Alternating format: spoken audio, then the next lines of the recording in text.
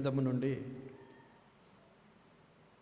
దేవుని వాక్యాన్ని మనము ధ్యానించుకుందాము.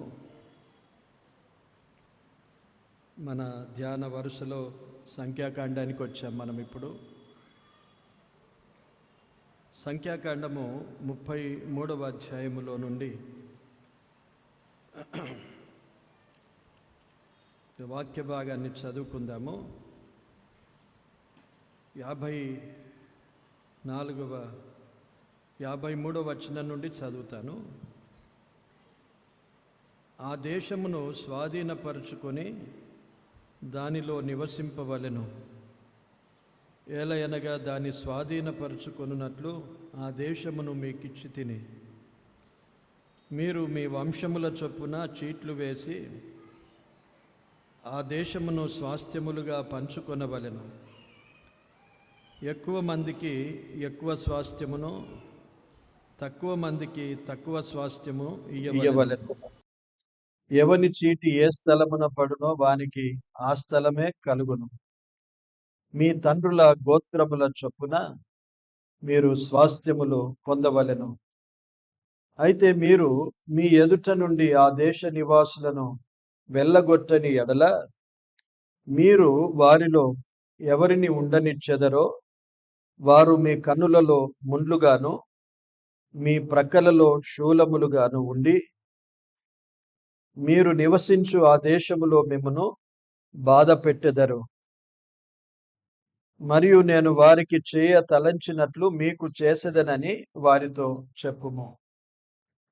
దేవుడి మాటలు దీవించునుగాక. ఆమేన్. ప్రార్థన చేసుకుందాం.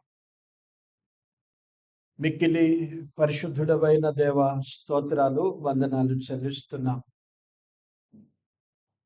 మీ మహాకృప చేత ఇంకా మాకున్న సమయంలో మీ సన్నిధి, మీ సహవాసము మాకిచ్చి ఈ వాక్య భాగాన్ని మాకు వినిపించినందుకు స్తుతిస్తున్నాం.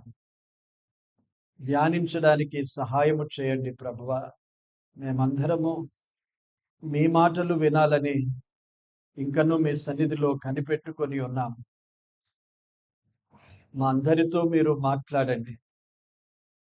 మీ పక్షమున నిలిచిన నన్ను కేవలము మీ నోటికి బూరగా మాత్రమే వాడుకొనండి. మీరే మహిమ పొందండి.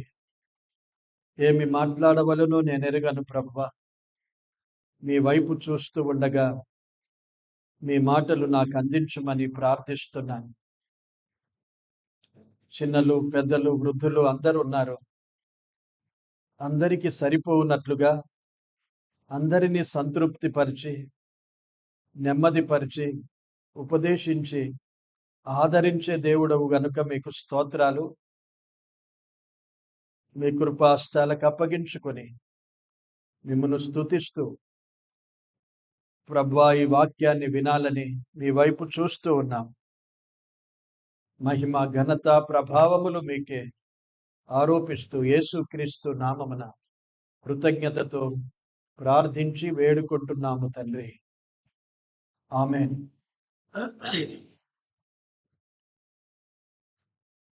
ప్రియులారా, మనము సంఖ్యాకాండం వరకు వచ్చాము. దాదాపు మనము ఆదికాండము నుండి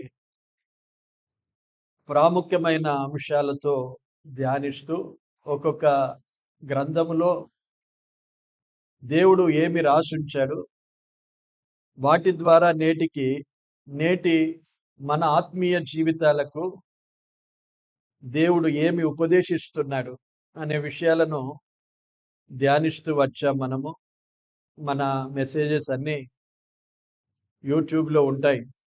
వరుసగా ఎవరికైనా మళ్ళీ మనము చూడాలనుకుంటే, వినాలనుకుంటే, ఎవరైనా వినాలని ఆశిస్తే మనవారు అటు వారికి మనము తెలియజేయవచ్చు. సంఖ్యాకాండానికి వచ్చాం. సంఖ్యాకాండములో దేవుడు, సాధారణంగా మనం అనుకుంటాం సంఖ్యాకాండములో ఏమున్నది, ఏం నేర్చుకోగలుగుతాం. మొదట్లో చూస్తే అన్ని గోత్రాలు, వారి సంఖ్య, వారి పేర్లు. ఆఖరిలో కూడా చూస్తే వారి సంఖ్య, వారి పేర్లు మనం చూస్తాం. అయినా దేవుడు తన ఉద్దేశముతో ప్రతి గ్రంథాన్ని బైబిల్‌లో ఉంచారు.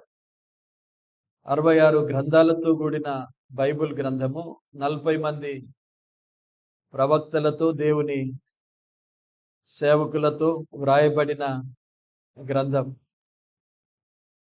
వారు తమ ఇచ్చను బట్టి రాసింది గాదని పేతురు రాశాడు. దేవుడు తన ఆత్మ చేత ప్రేరేపించి వ్రాయించిన గ్రంథం ఇది. కనుక ఈ గ్రంథానికి చాలా విశేషత ఉన్నది. ఎందరో ఎన్నో విధాలుగా మాట్లాడేవారుంటారు. లక్ష్య పెట్టొద్దు. కానీ మన మట్టుకు మనము ఈ గ్రంథము పరిశుద్ధ గ్రంథముగా, దేవుడు మనకిచ్చిన ప్రమాణముగా దీన్ని అంగీకరించి, ఈ వాక్యాన్ని మనము మన అనుదిన జీవితాల్లో పాటిస్తూ, అనుసరిస్తూ ప్రభువుకు అనుకూలంగా జీవించాలనేది మనము నేర్చుకుందాం. సంఖ్యాకాండములో దేవుడు మనకు నేర్పిన 2 మాటల మీద మనం ఆధారపడి, అంటే ఆ మాటలను మూలంగా కలిగి మనము ఆలోచన చేస్తూ ఉన్నాం. ఒకటి, దేవుడు లెక్క అడుగేవాడు, లెక్కించేవాడుగా ఉన్నాడు. దేవుడు లెక్కించేవాడు ఎప్పుడైనా. నీవు నేను చేసే ప్రతి క్రియ, ప్రతి పని, ప్రతి మాట, ప్రతిదానిని లెక్కిస్తాడు. మనము మైమరిచి ఉండకూడదు. ఏదో మాట్లాడి, ఏదో చేసి, ఇది నేను చేయలేదని తప్పించుకోవడం మన పని గాని, మన నైజం అది. కానీ దేవుడు వాటన్నిటిని లెక్కిస్తాడు అనే విషయాన్ని మనము జ్ఞాపకం ఉంచుకోవాలి. రెండవది, ఈ సంఖ్యాకాండములో దేవుడు ఒక క్రమాన్ని మనకు చూపిస్తున్నాడు. దైవ క్రమం ఉన్నది. మానవుని యొక్క క్రమము వేరు, దైవ క్రమము వేరు. మనం అనుసరించేది మన క్రమాలు కాదు అనుసరించేది. మనము దేవుని యొక్క క్రమాన్ని అనుసరించాలి. ఆ క్రమమే నేర్పుతున్నాడు. ఇశ్రాయేలు ప్రజల మధ్య దైవ క్రమము ఎలాగు ఉన్నదో దేవుని యొక్క ఏర్పాటులు మనం చూస్తున్నాం. ఈరోజు కూడా మనకు సంఘ క్రమాలు దేవుడు నేర్పించాడు. విశ్వాస భక్తి జీవిత క్రమాలను దేవుడు నేర్పించాడు. ఇది బేస్ లేత్తలేదు. ఇది విశ్వాస భక్తి జీవిత క్రమాలు దేవుడు నేర్పిస్తూ ఉన్నాడు. కనుక మనము వాటిని గ్రహించాలి, నేర్చుకోవాలి, క్రమంగా జీవించాలి. ఒకరోజు ప్రభు ఏమన్నాడు మత్తయి సువార్తలో, అక్రమము చేయువారలారా నా యొద్ద నుండి తొలగిపోవుడి అన్నాడు. ఎవరు వారు? వచ్చిన వారంతా ప్రభు నామమున గొప్ప కార్యాలు చేసిన వారు, దయ్యములను వెళ్ళగొట్టిన వారు. అంటే ప్రభు పనిలో ఉన్నవారే ప్రభు దగ్గరికి వచ్చినప్పుడు ఏమన్నాడు? అక్రమము చేయువారలారా నా యొద్ద నుండి తొలగిపోవుడి అన్నాడు. అంటే క్రమాన్ని దేవుడు ఎంతగా లెక్కిస్తాడు. అందుకే నేను ఎప్పుడు క్రమశిక్షణ గురించి చెబుతూ ఉంటాను. ఊకే నాకేదో మీ అందరితో మీ కోపాన్ని గాని, మీ ఆయాసాన్ని గాని తెచ్చుకోవడానికి కాదు. దేవుడు నేర్పే మాటలు మనం నేర్పిస్తాము, నేర్చుకున్నాలి అంతే. మీరు నా మీద ఆయాసపడితే, నా మీద కోపగించుకుంటే కొంతకాలం కోపగించుకుంటారు. ఏదైనా హాని చేసినా చేయగలుగుతారు గాని నాకేమి తొందర ఉండదు. దేవుడు తన కృపను అనుగ్రహించుతాడు. కానీ మన మట్టుకు మనము నష్టపోకుండా క్రమాలను పాటించాలి. దైవ సన్నిధి, దైవ క్రమాలు ఉన్నాయి. సంఘానికి వచ్చేటప్పుడు, పోయేటప్పుడు, సంఘములో ఉన్నప్పుడు, దైవ సన్నిధిలో కూర్చున్నప్పుడు మనకు చాలా క్రమాలు ఉన్నాయి. లేవనుకోవద్దు. అక్కడక్కడ అలాగ జరుగుతుంది కంటే వారు పట్టించుకోరు. దైవ క్రమాలతో గాని, దేవుని యొక్క ఏర్పాట్లతో గాని పట్టించుకోకుండా అందరూ వస్తే చాలనుకునేవారు, సంఘాన్ని నడపాలనుకునేవారు, అలాగూ నడిపించేవారు లేకపోలేరు. దేవుడు ఎవరికి ఎలాగూ నడిపింపిస్తే అలాగూ నడిపిస్తారు. క్రమాలు నేర్చుకోవాలి. మనం పిల్లలతో రావాలి. పిల్లలను వచ్చిన తర్వాత ఆళ్ళకు ఒక క్రమాన్ని నేర్పడానికి మనం సండే స్కూల్ ఏర్పాటు చేశాం. అంటే వాళ్ళు కూడా చిన్నతనములోనే క్రమాన్ని నేర్చుకోవాలి. నేనిక్కడికి వస్తే నాకు సండే స్కూల్ ఉంటది. అది నేర్పించాలి తల్లిదండ్రులు. నేర్పకపోతే రాదు వారికి. ఈ బాధ్యత తల్లిదండ్రులది. నేను సండే అక్కడికి వెళ్తే నాకు ఒక స్కూల్ ఉంటుంది, అక్కడ క్లాస్ ఉంటుంది అనేది బిడ్డలకు అందరికీ తెలియాలని వారికి ప్రత్యేకమైన ఏర్పాట్లు, ప్రత్యేకమైన ప్రోత్సాహం, సంవత్సరానికి ఒకసారి వారికి అందరికీ బహుమతులు ఇస్తాము. వారు పాస్ అయిన స్కూళ్ళలో వారికి బహుమానాలు ఇస్తాము. దాన్ని బట్టి ఇక్కడ చిన్న చిన్న టెస్టులు పెట్టి వారికి బహుమానాలు ఇస్తాం. ప్రతిరోజు చాక్లెట్స్, బిస్కెట్స్ ఇస్తాం అక్కడ. చిన్నతనములోనే క్రమాలు నేర్పితే వారు పెద్దవారై మరిచిపోరు. మా అనుభవం అది. మా మట్టుకు మేము చిన్నతనము నుండి నడిచిన వారమే. నాలాగా చాలా మంది మీలో చిన్నప్పటి నుండి చర్చికి వచ్చి నేర్చుకున్న వారు ఉన్నారు. అటివారు క్రమాన్ని మర్చిపోరు ఎప్పటికీ. కనుక నేర్పించండి, పిల్లలకు నేర్పించండి, కూర్చోబెట్టుకోండి. తల్లిదండ్రులు కూర్చోవాలి, పిల్లలను కూర్చోబెట్టుకోవాలి. కొన్నిసార్లు అల్లరి చేసినప్పుడు తీసుకుని వెళ్ళాలి, మళ్ళీ తీసుకురావాలి. That is the process. వాడు ఎంతసేపు అక్కడే ఉండాలని ఇష్టపడతాడు. పిల్లలు లోపలికి రావడానికి ఇష్టపడరు. బుజ్జగించేది మన పని. ఎలా స్కూల్కి పంపిస్తారు? బుజ్జగించి పంపుతారా లేదా? అది మనం నేర్చుకోవలసిన పద్ధతి. స్కూల్లోనికి మనల్ని ఏదైనా ఐటమ్స్ తినడానికి పంపిస్తే ఊరుకుంటారా? ఊరుకోరు కదా. ఎంత చిన్న పిల్లలు నర్సరీకి పోయిన వానికి కూడా ఏది ఇచ్చి పంపినా అది సమయంలోనే తిననిస్తారు. సమయం దాటితే తినియరు. ఇక్కడ ఎందుకు మనం ఆ క్రమాన్ని పాటించలేం? పిల్లలకు అలవాటు చేస్తే ప్రతి ఆదివారం తీసుకొని రమ్మంటారు. ఇదే ఇక పోతే నాకు తినుడు దొరుకుతుందని కొందరు ఆ విధంగానైనా ఉంటారు బాగా.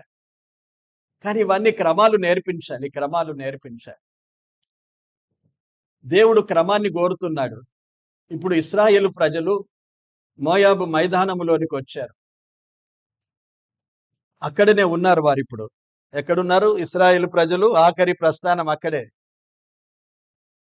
ఆ తర్వాత వారికి ముందున్నది చాలా పెద్ద పని. స్వాధీనపరుచుకునే పని ఉన్నది. మోయాబు మైదానానికి ముందు కొన్ని యుద్ధాలు జరిగాయి. మోషే కాలములో, మోషే నాయకత్వంలో కూడా కొన్ని యుద్ధాలు జరిగాయి. మొట్టమొదటి యుద్ధము నిర్గమాకాండం 17వ అధ్యాయంలో అమాలేకీయులతో యుద్ధం జరిగింది. ఆ మొదటి యుద్ధ అనుభవం. వారు చాలా విషయాలు నేర్చుకున్నారు. మోషే చేతులు పైకెత్తితే గెలిచారు గాని వారి బలముతో గెలవలేదు. ఎంతసేపు మోషే చేతి పైకెత్తాడో అంతసేపు వారు విజయాన్ని సాధించారు. ఇందులో మనం నేర్చుకోవాల్సిన, మన జీవితాల్లో విజయాన్ని సాధించాలంటే, మన చేతులు పైకెత్తాలంటే ప్రభు వైపు ఉండాలి మన చేతులు. అయ్యా నాకు చేత కాదు, నా చేతులు వట్టివే, పైకెత్తడం అని వాటిలో అర్థం ఏంటి? ఏదో అందరు చేస్తున్నారు కదా నేను ఊపుతాను చేతులు అనే భావం కాదు ఇక్కడ చేతులు పైకెత్తడం. చేతులు పైకెత్తడం అంటే ప్రభువా నా చేతులన్నీ ఖాళీగా ఉన్నాయి.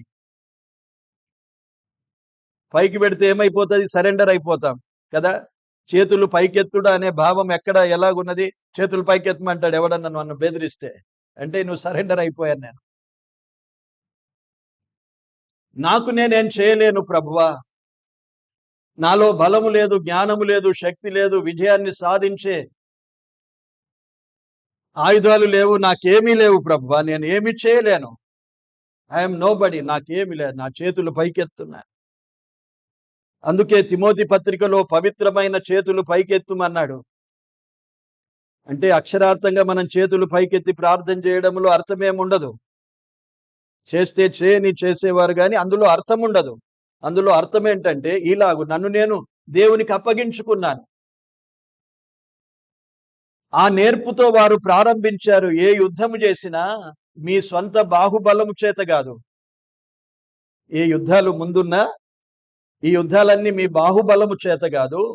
మొట్టమొదట దేవుడు వారికి చూపించాడు. మోషే చేతులు పైకెత్తితేనే వారు విజయాన్ని సాధించారు.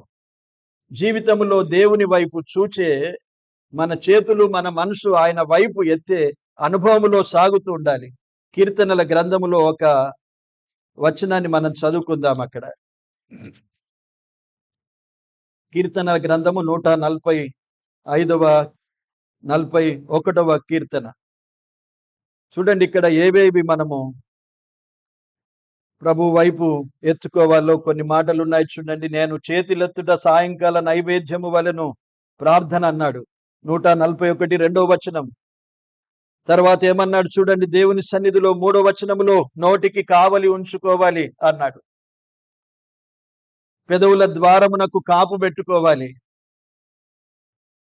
4వ వచనములో చూడండి, అదే అధ్యాయం ఒకదాని ఇంకొకటి చూడండి. మనస్సు దుష్కార్యమునకు తిరగనీయకుము. చేతులు ఎత్తేటప్పుడు ఈ ఒక్క చేతులు మాత్రమే కాదు, ఈ చేతులతో ఏమన్నాడు, నా నోటికి కావలి ఉంచుకుంటాను, నా పెదవుల ద్వారానికి కావలి పెట్టుకోవాలి, కాపు పెట్టుకోవాలి. నా మనస్సు ఎటు దుష్కార్యమునకు తిరగనీయకుండా మనస్సును కూడా కాపాడుకోవాలి. 8వ వచనం చూడండి, 143వ అధ్యాయం 8వ వచనం 3వ లైన్లో, నీ వైపు నా మనస్సును నేను ఎత్తుకొనుచున్నాను అన్నాడు. చేతులతో పాటు ఏం చేయాలి, మనసును కూడా ఎత్తుకోవాలి. మనసు అంతా ఎక్కువ ఉంటుంది మనది. చేతులు మాత్రమే ఎత్తుకొని ప్రార్థన చేసేది నేర్చుకున్న వారు ఉన్నారు. ఒకవేళ అందరూ చేయలేకపోవచ్చు, మనం ఎవరిని విమర్శించలేం. కానీ చేతులు ఎత్తుటతో మన మనసును కూడా దేవుని వైపు ఎత్తుకొని మన నోటికి కాపు పెట్టుకొని, అంటే ఇష్టం ఉన్నట్లుగా మాట్లాడేది ఉండదు, పెదవులకు కాపుదలు ఉండాలి. మన మనసు దుష్కార్యమునకు దూరంగా ఉంచుకోవాలి.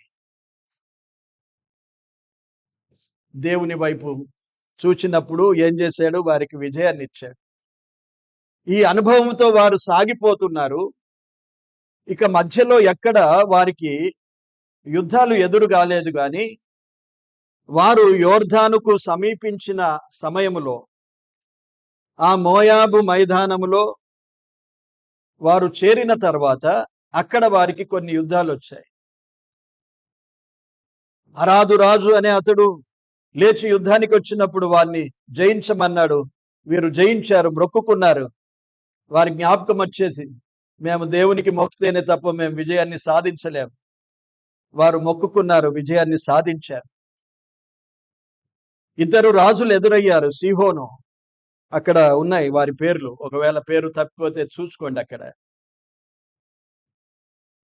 ఆ ఇద్దరు రాజులు కూడా ఎదురయ్యారు. బాషాను రాజు, వారిని కూడా దేవుడు వీరి చేతికి అప్పగించాడు, జయించారు. అంటే ఆఖరిగా వారు ఇక దాటబోతారు. యోర్దాను దగ్గరున్నారు వారు. ఇప్పుడు ఈ మైదానము దాటితే వారు, దేవుడు వారికి వాగ్దానము చేసిన దేశాన్ని వారు చూస్తారు, అనుభవిస్తారు, నివసిస్తారు.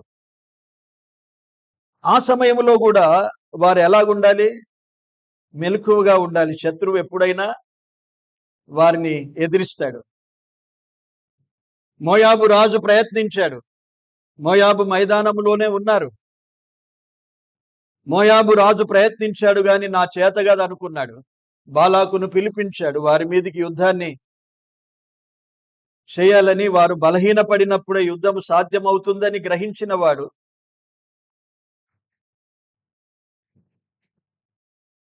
బిలామును పిలిపించాడు. బిలాము శపించలేకపోయాడు. ఆశీర్వదింపబడిన వారిని ఎవడు శపించలేడు. బడిన వారు ఓడిపోలేరు. దేవుడు వారికి తోడుగా ఉన్నాడు. ఆ యుద్ధాలన్నీ జయించారు. కానీ వారు ఓడిపోవడానికి ఒకే ఒక కారణం. ఓడిపోవడానికి ఒకే ఒక కారణం ఏం జరిగింది చెప్పండి? ఓడిపోవడానికంటే వారు పడిపోవడానికి 23,000 మంది పడిపోయారు, చచ్చిపోయారంటే యుద్ధంలో అంతకంటే ఎక్కువగా చచ్చిపోతారు, అంతకంటే తక్కువ చచ్చిపోయేవారేమో. కానీ దాదాపు 23,000 మంది చనిపోయారు. అది మోయాబు రాజుకు ఒక పాజిటివే. వీరు బలహీన పడిపోయారు అనుకున్నాడు. అంటే దేవుడు అంతము మట్టుకు మనకు తోడుగా ఉంటాడు, అందులో సందేహమేం లేదు.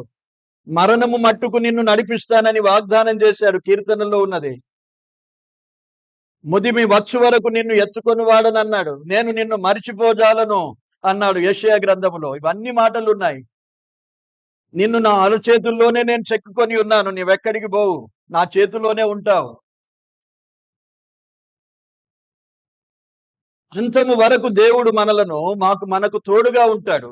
మనం ఆశీర్వాదమునకే వారసులము, దేవుని ఉగ్రతకు కాదు. అలాగని ఇశ్రాయేలు ఇక్కడ పాపం చేశారు. దేవుని ఉగ్రత ఎప్పుడొచ్చేసింది చెప్పండి? వారు పాపం చేసినప్పుడే. అర్పించిన వాటిని మోయాబు మిథ్యాను స్త్రీలతో వ్యభిచారం చేశారు. పాపము వారిలో చేరిపోయింది. తెగులు వెంటనే దేవుడు పంపించేశాడు. అన్నీ జయించాము, ఇది కూడా మాకు సాఫీగా వెళ్ళిపోతాం అనుకున్నారు. ఏం పర్వాలేదు అనుకున్నారు. కానీ అక్కడ బహు నష్టం జరిగింది ప్రియులారా. మన జీవిత అంతం వరకు మనం ఎలాగూ కొనసాగాలో నేర్పించిన పాఠం ఇదే. అయిపోయింది, అంతా బాగున్నది, ఇప్పుడు ఏం పర్వాలేదు, ఐఎమ్ క్యాజువల్గా, ఇప్పుడు మనం ఎట్లన్నా మాట్లాడవచ్చు, ఎట్లన్నా ఉండొచ్చు. చాలా మంది అజాగ్రత్తగా ఉంటారు. కొంత సమయం దొరికితే అయిపోయాక ఇవన్నీ మర్చిపోతారు. కొంత సమయం ఎప్పుడైనా నేను ఎవరన్నా ఉండొచ్చు, నేను ప్రతి ఒక్కరి దగ్గరికి వెళ్ళలేదు. ఎప్పుడైనా బయటికి వెళ్ళినప్పుడు 2 మాటలు విన్నవి ఎవరైనా మాట్లాడతారా చెప్పండి? ఎవరైనా కలుసుకోలేకపోతే ఇక్కడ సరే పర్వాలేదు వందనాలు చెప్పుకొని వెళ్ళిపోయారు. తర్వాత అయినా ఈరోజు మనం ఏమింటిమి అనే సంభాషణ ఎవరికైనా ఉంటుందా చెప్పండి? దేవుడు మనతో ఏం మాట్లాడాడు? ఒక భక్తుడు తెలియజేశాడు. చైనాకి వెళ్ళాడట, సేవకు చైనాకి వెళ్ళాడట. చైనాలో చాలా నిర్బంధం. ఓపెన్ గా వారు ఎక్కువగా అనుమతించరు. కొన్ని కేంద్రాలు మాత్రం ఉంటాయి వారికి, అక్కడ జరుపుకోవచ్చు. అక్కడ ఇండియా నుండి వెళ్ళిన అతనికి మంచి ఏర్పాట్లు చేశారు, మంచి కూడిక జరిగిపోయింది. అయిపోయిన తర్వాత మళ్ళీ ఒక హాల్లో వారంతా కూర్చున్నారట. వాళ్ళంతా మళ్ళీ ఒక హాల్లో కూర్చున్నారు. అక్కడ టేబుల్స్ ఉన్నాయి, బహుశా భోజనానికి అనుకున్నాడు ఆయన. భోజనానికి కొరకే ఏర్పాటు చేశారు, కానీ భోజనముతో పాటు టేబుల్స్ వేసి వారు చేసింది ఏంటంటే, భోజనానికి ముందు ఇంతవరకు ఏం మాట్లాడాడు దైవజనుడు, ఇంతవరకు మనము దేవుని వాక్యాన్ని ఏ వాక్యాన్ని విన్నాము అనే వాటి మీద కొంతసేపు వారు మాట్లాడుకున్న తర్వాత వారికి భోజనము ఇచ్చేవారు. ఆశ్చర్యపోయినానన్నాడు.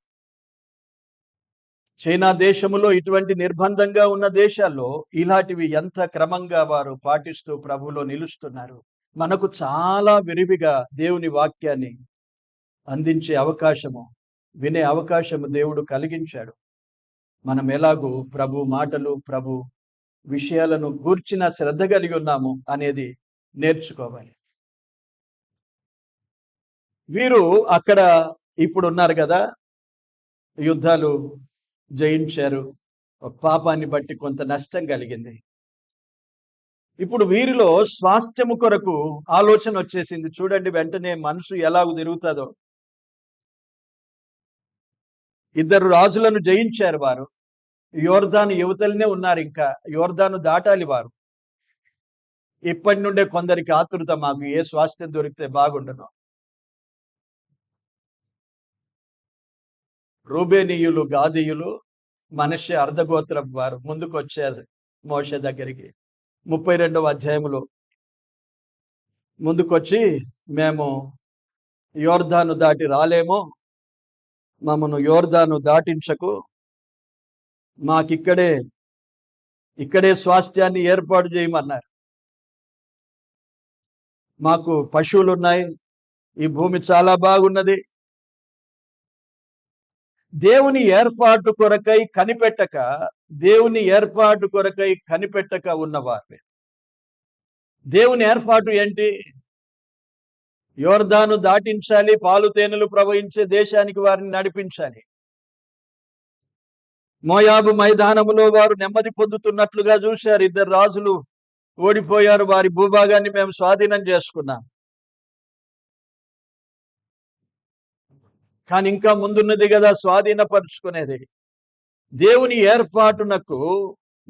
ఏర్పాటునకు కనిపెట్టని ఈ గోత్రికులు, రూబేను, గాదీయులు, మనష్షే అర్ధగోత్రం అని ఎందుకన్నారంటే, యోసేపులో నుండి 2 గోత్రాలను దేవుడు ఏర్పాటు చేశాడు.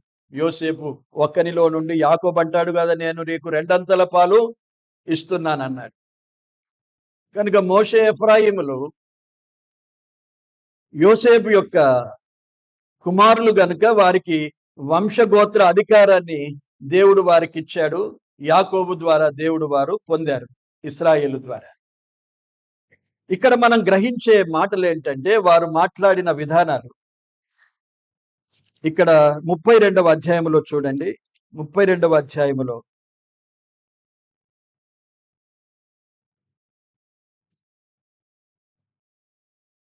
32వ అధ్యాయములో కాబట్టి 5వ వచనం, కాబట్టి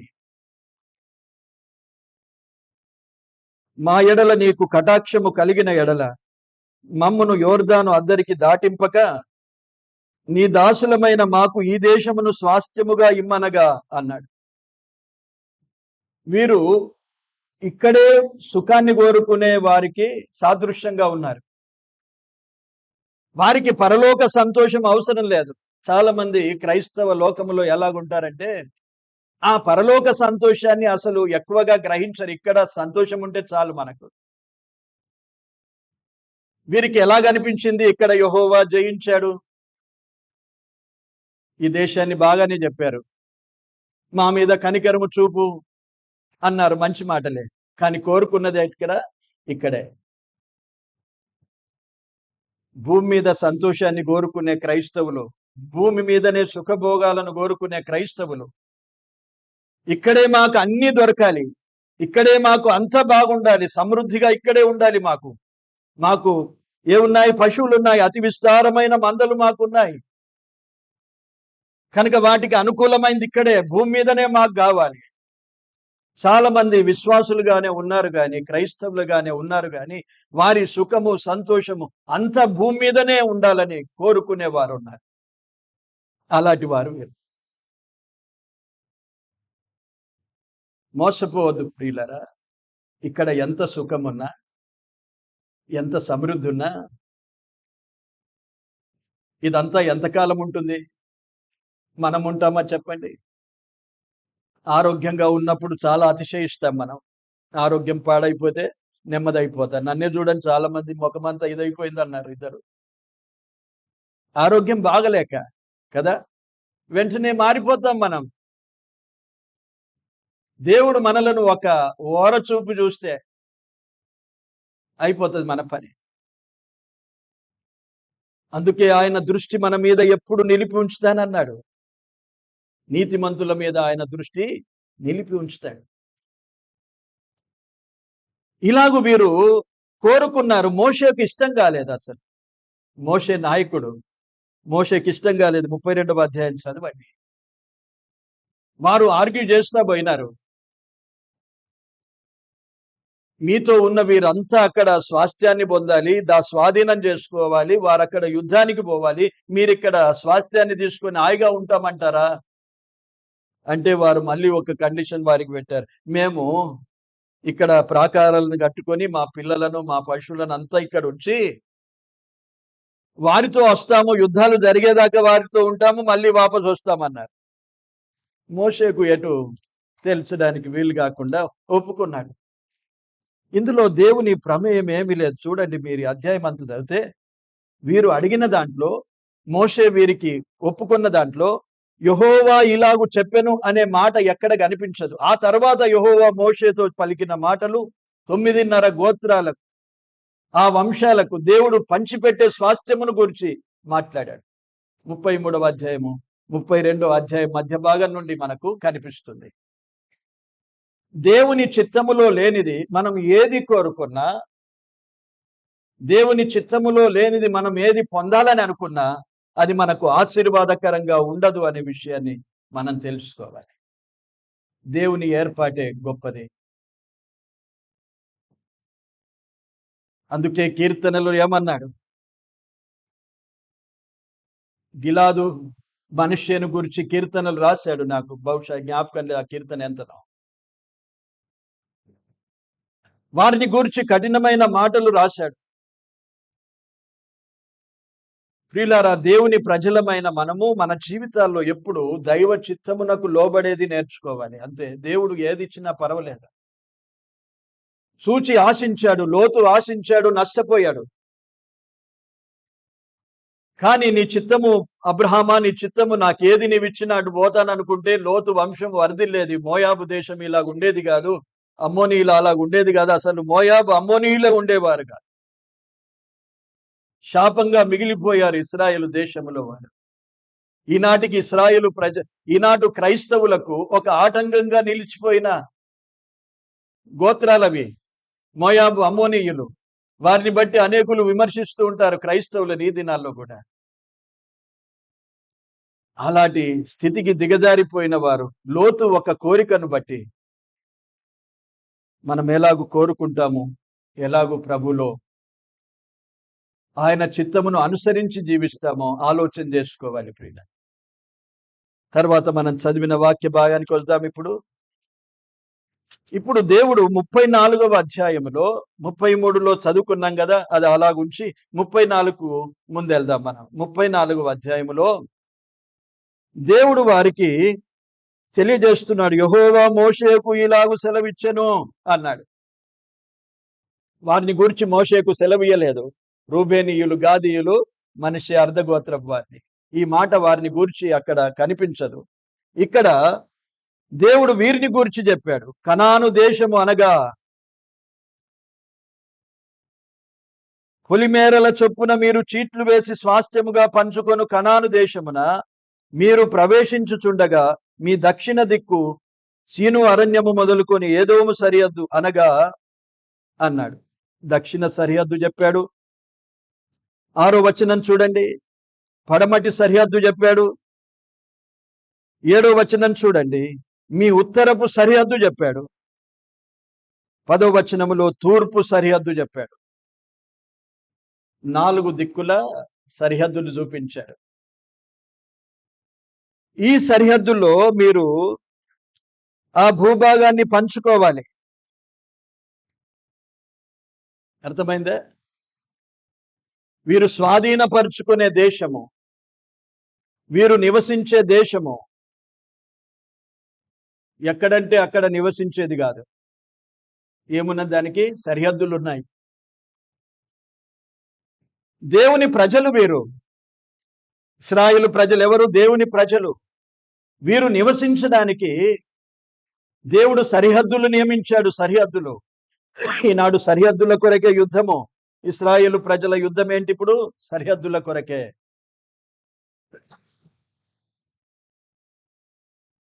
సంవత్సరాలుగా కొనసాగుతున్నది ఇశ్రాయేలు దేశంలో యుద్ధాలు.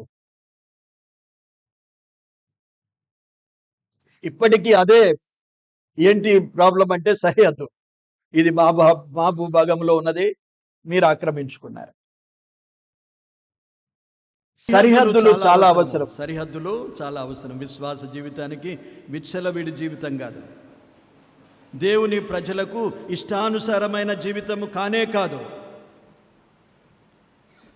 ఇశ్రాయేలు ప్రజలకు కూడా దేవుడు సరిహద్దులు నియమించాడు. మీరు దాటిపోకూడదు. ఇతరులను మీలోనికి రానియకూడదు. సరిహద్దులు ఎందుకుంటాయంటే, అందుకే మన భారతదేశ సరిహద్దు కూడా ఏ దేశ సరిహద్దుకైనా దాన్ని కాపాడుకునేవారు ఉంటారు. మన మిలిటరీ అంతా ఏం చేస్తారు? ఈ బార్డర్స్లో, ఈ సరిహద్దుల్లో ఏ ఏ దేశాలకు మనకు సరిహద్దులు ఉన్నాయో ఆ సరిహద్దులకు కాపలా కాస్తూ ఉంటారు. ఎవరు శత్రువు లోపలికి రాకుండా. ఇక్కడ మన ఆత్మీయ జీవితానికి, విశ్వాస జీవితానికి పాఠం ఏంటంటే, దేవుడు మనకు సరిహద్దులు నియమించాడు, హద్దులు నియమించాడు. మన ఇష్టానుసారంగా జీవించడానికి ఉండదు. స్వేచ్ఛ జీవితం కాదు, స్వేచ్ఛను దేవుడు ఇచ్చాడు. అంటే నీ ఆలోచన విధానానికి దేవుడు నీకే విడిచిపెట్టాడు. అందును బట్టి నీకు ఇష్టమున్నట్లుగా చేయడానికి దేవుడు ఒప్పుకోలేడు. ఆదాముకు స్వేచ్ఛనిచ్చాడు, కానీ తన ఇష్టానుసారంగా చేయడానికి ఒప్పుకోలేదు. హెచ్చరించాడు. పాలు తేనెలు, ఆ మైదానము మధ్యలో ఉన్న ఆ చెట్టు మంచి చెడ్డలను తెలివినిచ్చే చెట్టు, ఆ ఫలాన్ని తినొద్దు అన్నాడు. ఇప్పుడు ఆలోచించే స్వేచ్ఛ ఆదాముకున్నది. ఆదాము ఆలోచించవచ్చు, కానీ అవ్వ ఆలోచించవచ్చు. అందులోనే పడిపోయారు. స్వేచ్ఛను దేవుడు, స్వాతంత్రాన్ని గలతీలోకి రాసిన పత్రికలో ఈ స్వాతంత్రము మీకు కలదు అన్నాడు. అట్లని మరలా దాస్యం అనే కాడి క్రిందికి మీరు వెళ్ళకూడదు అని చెప్పాడు. ఇశ్రాయేలు ప్రజలకు సరిహద్దులు నియమించిన వాడు ప్రతి విశ్వాస జీవితానికి సరిహద్దులు ఉన్నాయనేది గమనించాలి. నీవు ఎలాగంటే అలాగూ తిరగకూడదు, ఎక్కడంటే అక్కడ చూడకూడదు, ఏదంటే అది చేయకూడదు. అవన్నీ బైబిల్లో ఉన్నాయి. నీ కన్నులు ఏమన్నాడు? సామెతల గ్రంథం 3వ అధ్యాయములో 4వ అధ్యాయములో నీ కన్నులు సూటిగా చూడవలెను అన్నాడు. నీ చూపు విశ్వాసమునకు కర్త దానిని కొనసాగించువాడునైనా యేసు వైపే చూడాలి. అదే నీ హద్దు. ఈ లోకం వైపు చూస్తాను, ఇటు అటు చూస్తాను అనుకుంటే ఆ సంభవము చూపించాడు. పేతురు అలాగే అనుకున్నాడు. యేసు వైపు చూచేది మాని కొంతసేపు పక్కకు చూసిన తర్వాత ఏమైపోయాడు? మునిగిపోయాడు. అది మన జీవితంలో ఎప్పుడైనా యేసు వైపు చూచుట మాని కుడికి కానీ ఎడమకు కానీ మరొక వైపు కానీ చూచినామంటే ప్రమాదం వస్తుందనే విషయాన్ని మనం తెలుసుకోవాలి. అదే అధ్యాయములో సామెతల గ్రంథములో కుడికి కానీ కుడి తట్టుకైనను ఎడమ తట్టుకైనను తిరగకుము అని ఉన్నది. మనం నడిచేది కూడా ఒకే మార్గము, అదే జీవ మార్గం అన్నాడు. మనకున్న సరిహద్దులు ఇవి. వారికి తూర్పు, పడమర, దక్షిణం, ఉత్తరం వైపు ఎలాగో సరిహద్దులు ఉంచాడో మనకు ముందు, వెనక, పక్క, ప్రక్కలు అంతటా సరిహద్దులు ఉంచాడు. మన మార్గం ఒక్కటే. మనం ముందుకు సాగిపోయే వారం. విశ్వాసమునకు కర్త మన ముందున్నాడు, దానిని కొనసాగించేవాడు ఉన్నాడు. యేసు మీద లక్ష్యం ఉంచి ముందుకు కొనసాగాలి అనే విషయాన్ని మనము నేర్చుకుంటున్నాం ఈ సరిహద్దుల విషయాల్లో. ఇప్పుడు మనం చదివిన వాక్య భాగం చూడండి. స్వాధీనపరచుకోమన్నాడు. వారు ఇప్పుడు ఏం చేయాలి? ఆ దేశాన్ని స్వాధీనపరచుకోవాలి. కంట్రోల్ తమ అండర్లో చేసుకోవాలి. అక్కడ ఏమేమి ఉన్నాయి? అక్కడ అన్యులు ఉన్నారు, యెబూసీయులు ఉన్నారు, విగ్రహారాధికులు. వారి యొక్క పాపమును బట్టే దేవుడు వారిని అక్కడ నుండి వెళ్ళగొడుతున్నాడు. ఇది జ్ఞాపకం ఉంచుకోనండి. నిర్గమాకాండం 15వ అధ్యాయంలో రాశాడు, ద్వితీయోపదేశ కాండములో రాశాడు. అందుకే ఇక్కడ 56వ వచనములు ఏమన్నాడు చూడండి. నేను వారికి చేయతలంచినట్లు మీకు కూడా చేస్తాను ఒకప్పుడు అన్నాడు. వారిని ఎందుకు వెళ్ళగొడుతున్నాను? అయ్యో పాపం అనిపించవచ్చు మనకు. మంచిగా ఉన్న వాళ్ళని నిలగొడుతున్నాడు. ఎవరైనా మానవ జ్ఞానంతో ఆలోచిస్తే ఇదేంట్రా అన్యాయం. ఈనాడు ఒకవేళ అలాంటి పరిస్థితి ఉంటే ఎన్ని దేశాలన్నీ ఏకమవుతుండేనో. అరే అన్యాయంగా వారిని అంతా వెళ్ళగొడుతున్నారేంటి అనుకునేవారు. దేవుని సంకల్పం అది. వారిని వెళ్ళగొట్టి మీకు ఆ భూభాగాన్ని ఇస్తానన్నాడు, కనాను దేశాన్ని. ఎందుకంటే వారి పాపము ఎక్కువైపోయింది కనుక వారిని లేకుండా చేస్తానన్నాడు దేవుడు. వారిని వెళ్ళగొట్టి ఇప్పుడు వీరిని అక్కడ స్వాధీనపరచుకోమన్నాడు. ఒకవేళ వీరు కూడా అదే విధంగా ఉంటే వీరి ఎడల కూడా నేను అదే చేస్తానన్నాడు దేవుడు. అదే చేశాడు వారికి. ఇశ్రాయేలు ప్రజలు చెదిరిపోయారు. 1947 సంవత్సరంలో 48వ సంవత్సరంలో వారు మళ్ళీ ఏకమై ఒక రాష్ట్రాన్ని, ఒక దేశాన్ని పొందారు. దేవుని మాట ఎప్పుడు తప్పిపోదండి.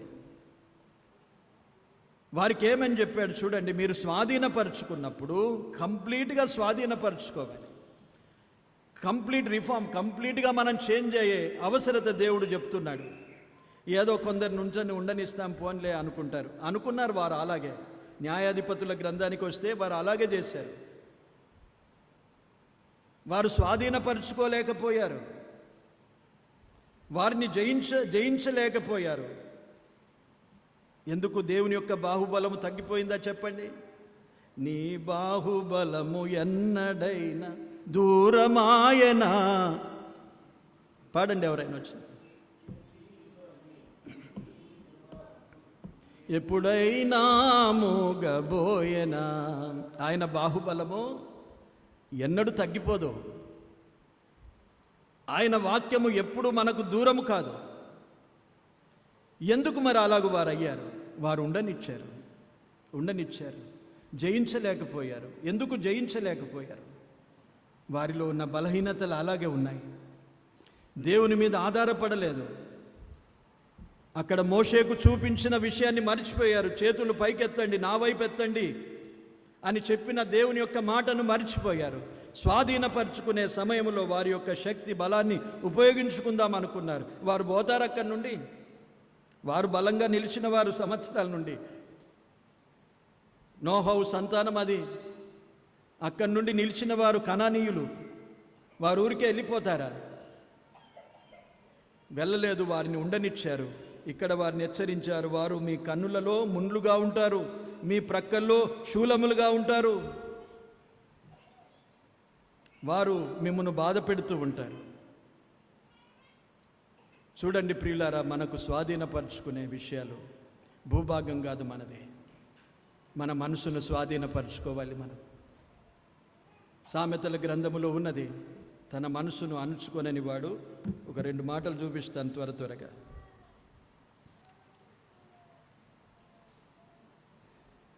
28వ వచనం, 25వ అధ్యాయం. ప్రాకారము లేక పాడైన పురము ఎంతో, తన మనసును అణుచుకొనలేని వాడును అంతే అన్నాడు. తన మనసును అణుచుకొనని వాడు అంతే. ఈ మనసు ఎలాగ చేస్తుందో చూడండి. 25వ వచనం, 28 అధ్యాయము 25వ వచనం, 26వ వచనం. తన మనసును నమ్ముకొనివాడు బుద్ధిహీనుడు. కనుక మనస్సును స్వాధీనపరచుకోవాలి. అదే చాలా ప్రాముఖ్యమైంది. మన మనసునే స్వాధీనపరచుకోలేకపోతాం. మనసు కొట్టుకుంటుంది అంటాం, కొట్టుకుంటున్నది. కొట్టుకొని మనలను కూడా కొట్టేస్తుంది. అదే కదా. మనసు కొట్టుకున్నదని ఏదైతే నీవు ఉండనిచ్చినావో అదే నిన్ను తీసేస్తుంది. మనసు కొట్టుకున్నదని తాగుడు అలవాటు మానుకోలేవు అనుకోనండి, ఒకరోజు అదే నిన్ను, నీ జీవితాన్ని తీసేసుకుంటుంది. అలాగే మరి సిగరెట్ తాగేవారు, తంబాకు తాగేవారు, దురలవాట్లలో ఉన్నవారు, ఏదైతే నాలో ఉన్నదాన్ని నేను తీసేసుకోలేకుండా మనసును నిలుపుకోలేక, మనసును అణుచుకోలేక ఉంటున్నాను అనుకున్నావు అనుకో, ఒకరోజు అదే ఏమన్నాడు, నిన్ను బాధ పెట్టును అన్నాడు. శూలముగా ఉంటుంది, ఎప్పుడు నిన్ను పొడుచుకుంటానే ఉంటుంది. అది తాపకేదో ఒక వ్యాధి, బలహీనత. ఎందుకు? అలవాటు కొరకే. దేవుడు హెచ్చరించాడు వారిని. ఈరోజు మనలను కూడా హెచ్చరిస్తున్నాడు. నీలో ఎటువంటి దుర్గుణాన్ని ఉన్నా దేవుడు ఏమన్నాడు, పూర్తిగా స్వాధీనపరచుకోవాలి దాన్ని. ఆత్మచేత శరీర క్రియలను చంపివేయుడి అన్నాడు. మనకు ఆయుధాన్ని ఇచ్చాడు. దేవునికి తెలుసు నీవు చంపలేవు, నీకు ఆ బలం లేదు. కానీ ఆత్మచేత, దేవుని ఆత్మచేత మనకు శరీరాన్ని చంపే శక్తినిచ్చాడు, మనస్సును స్వాధీనపరచుకునే శక్తినిచ్చాడు. తిమోతికి రాసిన పత్రికలో అన్నాడు, ఇంద్రియ నిగ్రహము గల ఆత్మనే దేవుడిచ్చాడు మనకు. అది స్వాధీనం. ఇంద్రియం అని మనస్సును స్వాధీనపరచుకునే ఆత్మను దేవుడు మనకిచ్చాడు. ఇన్ని రకాలుగా దేవుడు మనకు తోడయుండి మనలను బలపరుస్తూ మనకు సహాయపడుతూ ఉండగా, వీటన్నిటినీ మనము లెక్క చేయకుండా నా ఇష్టం వచ్చినట్లు బ్రతుకుతాను. ఇశ్రాయేలు ప్రజలు అలాగే ఉండనిచ్చారు. దాదాపు 350 సంవత్సరాలు వారు భూభాగాన్ని స్వాధీనపరుచుకున్న తర్వాత 350 సంవత్సరాలు నెమ్మదిగా బ్రతకలేరు ఆ దేశంలో. చూడండి చరిత్ర. 350 సంవత్సరాలు న్యాయాధిపతుల కాలములో, ప్రతి న్యాయాధిపతుల కాలములో వారు తొలగిపోవాలి దేవుని సన్నిధి నుండి. దేవుడు వారిని 40 సంవత్సరాలు 20 సంవత్సరాలు శత్రువులకు అప్పగించాలి. ఎక్కడ నెమ్మది ఉన్నది చూడండి. ఈ దేశాన్ని పొందాము, సంతోషిస్తాం అనుకునడానికి లేదు. ఎందుకంటే వారు అక్కడ ఉన్న వారిని వెళ్ళగొట్టలేదు. 350 సంవత్సరాలు అలాగ అయిపోయాయా? తర్వాత మళ్ళీ 400 సంవత్సరాలు రాజులు పరిపాలించారు. వారి కాలములో కూడా వారు ఎంతో దేవునికి విరోధంగా జీవించారు. ఆ తర్వాత దేవుడు మళ్ళీ 70 సంవత్సరాలు వారిని చెరకు అప్పగించాడు. ఇలాంటి చరిత్ర వీరిది. దేవునికి విరోధంగా, దేవునికి అయిష్టంగా మనం ఏది చేసినా నష్టపోతామే కానీ ఎప్పుడు మనకు మేలు జరగదు. దేవుడు చెప్పిన మాటలను శ్రద్ధగా ఆలకిస్తాము, గ్రహిస్తాము. ఇప్పుడు అర్థం కాకపోయినా తర్వాత అయినా ఒకసారి ఆలోచన చేసుకోవాలి. దేవుడు మనతో ఏం మాట్లాడాడు, నేను ఏ స్థితిలో ఉన్నా, నేను ఇంకా ఏది స్వాధీనపరచుకోలేదు. నీ దేహముతో దేవుణ్ణి మహిమపరచమన్నాడు. అంతరంగములో దేవుని ఆత్మ మనకు నివాసంగా ఉన్నది. అంతర్యాన్ని, ఆత్మను కప్పి శరీరం ఉన్నది. శరీరముతో కూడా దేవుణ్ణి మహిమపరచమన్నాడు. పూరి గుడిసున్నది అనుకోనండి, బయటకెళ్ళే లోపల పెద్ద ఏసీ పెట్టినా ఏం ప్రయోజనమే? బయట నుండి ఏమనుకుంటాడు, ఈ గుడిసె ఎవరు రా అనుకుంటా. తగలబడుతుంది అది. నువ్వు లోపల ఎంత డెకరేషన్ చేసుకున్నా, బయట పూరి గుడిసె ఉన్నది అనుకోనండి, దానికి ఏమైనా భద్రత ఉన్నదా? ఒకరోజు కాలిపోతుంది అది.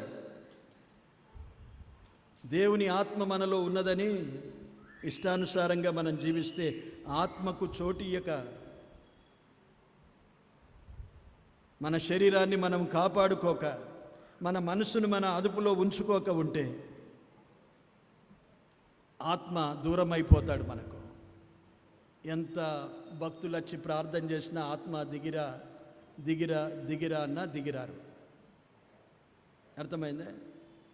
దేవుడు మనకిచ్చిన గొప్ప భాగ్యం ఏంటంటే దేవుని ఆత్మ మన హృదయములో ఉంచాడు. ఆత్మకు కావలసిన అలంకరణ మనము అంతరంగములో చేసుకోవాలి.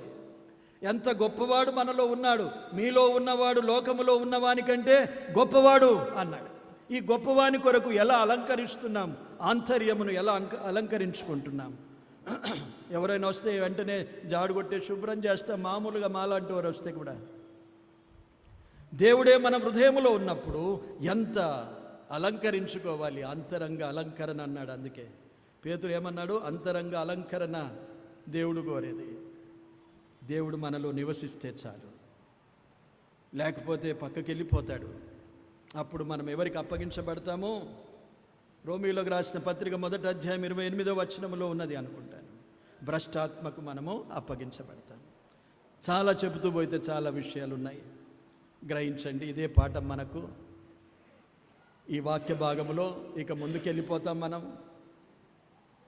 ఇక్కడికి అయిపోయింది. వారి భూభాగాన్ని కూడా ఎలా పంచుకోవాలో దేవుడు చెప్పాడు. ఆ ప్రకారంగా వారికి ముందుకెళ్ళిపోతారు. ద్వితీయోపదేశ కాండములో కొన్ని అక్కడక్కడ అంశాలు మనము ఆలోచన చేద్దాము. ఆత్మీయ జీవితానికి కావలసినవి. ద్వితీయోపదేశ కాండం ఓన్లీ ద రిపిటేషన్ ఆఫ్ సంఖ్యాకాండం. అంటే ఈ మైదానంలో ఉన్నాడు కదా, ఈ మైదానంలోనే జరిగిన సంగతి ద్వితీయోపదేశ కాండం. మళ్ళీ ఆ బోధంతా రెండోసారి చెప్పాడు వారికి. మోషే వెళ్ళిపోతాడు, చెప్పాడు 32వ అధ్యాయములో, ఇక నువ్వు వెళ్ళిపోతావు అని చెప్పాడు. మనం చదివితే, మనం పోయినసారి చదివినామనుకుంటాను. కనుక రెండవసారి వారికి మళ్ళీ ఉపదేశం ఇచ్చిందే ద్వితీయోపదేశ కాండము. అన్ని జ్ఞాపకం చేస్తాడు. ఎలా వచ్చాము, దేవుడు ఎలా తోడుగా ఉన్నాడు, ఏ ఆజ్ఞలు మనకిచ్చాడు, అవన్నీ చెబుతూ ముగించిందే ద్వితీయోపదేశ కాండం. అయినా ద్వితీయోపదేశ కాండంలో నుండి అక్కడక్కడ దేవుడు మనకు ప్రేరేపిస్తే, దేవుడు మనకు చూపించిన మాటలను మనం ధ్యానిస్తూ ముందుకెళ్ళిపోదాం. దేవుడి మాటలు దీవించునుగాక. ఆమేన్. ప్రార్థన చేస్తాను. బయట నుండి ఎవరొచ్చినా మనం వెళ్ళేదాకా ఎవరిని రానియద్దు. ఒకరు ఆ పని చేయండి. నూకేస్తూ వచ్చినా ఒప్పుకోకండి, అన్నీ నిలబెట్టండి గేట్ దగ్గర. మనం సమయానికి ముగిస్తున్నాం, సమయానికి బయటికి వెళ్దాం. 15-20 నిమిషాలు మనం స్నాక్స్ తిన్న తర్వాత మాత్రము వెంట మనం తీయాలి. 3:30, 3:35 లోపల మనం బయట క్లియర్ చేయాలి ఈ ఆవరణం. మనం పరిశుద్ధుడా, మహాగణుడవైన దేవ, స్తోత్రాలు, వందనాలు చెల్లిస్తున్నాం. ఇంతవరకు అద్భుతమైన మీ కృపచేత మమ్మల్ని అందరినీ బలపరిచి మీ వాక్య ఉపదేశముతో మమ్మను దర్శించి ఎన్నో విషయాలు మాకు నేర్పించారు. స్తోత్రాలు ప్రభువా. మీ కృపలో మమ్మను బలపరిచి ఎదిగించండి. మీ కొరకు నమ్మకంగా జీవించుటకు తోడై ఉండండి. అంతము వరకు మేము నమ్మకంగా ఉండాలని మీరు చెప్పారు ప్రభువా. మోయాబు మైదానములో కూడా శోధనలు వచ్చాయి. వారికి అజాగ్రత్తగా ఉన్నారు, చచ్చిపోయారు. మీ చిత్తము కొరకు కనిపెట్టని వారు అక్కడే మిగిలిపోయారు, యోర్దాను దాటలేదు. ఇవన్నీ మాకు పాఠాలే ప్రభువా. కనికరించండి, నేర్పించండి. ప్రతివారి జీవితాలను, హృదయాలను ఎరిగినవాడు, మీ కొరకు నమ్మకంగా జీవించడానికి తోడయుండుమని. తిరిగి వెలుచున్న ప్రయాణాలు, దూర ప్రయాణాలు చేసి వచ్చాం ప్రభువా. ట్రైన్ ప్రయాణాలు, బస్సు, ట్యాక్సీ, రిక్షా, కాలినడక, అందరికీ తోడయుండి క్షేమంగా తిరిగి ఇంటికి వెళ్ళేవారు కాపుదల దయచేయండి. వారమంతా కాపాడండి ప్రభువా. మరొకసారి ఇలా కలుసుకునే కృప మాకు అనుగ్రహించమని, వ్యాధి బాధలతో, అనారోగ్యాలతో ఉన్న వారందరినీ కనికరించి మీ కృప హస్తము చాపి స్వస్థపరిచి, బలపరిచి, ఆరోగ్యంగా తిరిగి ఇంటికి నడిపించమని యేసుక్రీస్తు నామమున కృతజ్ఞతతో ప్రార్థించి వేడుకుంటున్నాము తండ్రి. ఆమెన్. పాపపు ఐగుప్తు నుండి దాటియుంటివి, ప్రభువిచ్చిన దేశమునకు సాగుచుంటివి. పాపపు ఐగుప్తు నుండి దాటియుంటివి, ప్రభువిచ్చిన దేశమునకు సాగుచుంటివి. కష్టాల కొండల కరము బట్టి దాటించును, కన్నీటి లోయల కరము తోడ దాటించును. కష్టాల కొండల కరము తోడ ఎక్కించును, కన్నీటి లోయలో కరము తోడ దాటించును. నీకు ముందు నడుచును, నీకు రక్షణిచ్చును. యాత్రికుడా, సైనికుడా, ప్రభువు మాట చొప్పున పయనించేవాడా, శత్రువైన సాతానును ఎదిరించేవాడా, యాత్రికుడా, సైనికుడా. వందనాలందరికీ.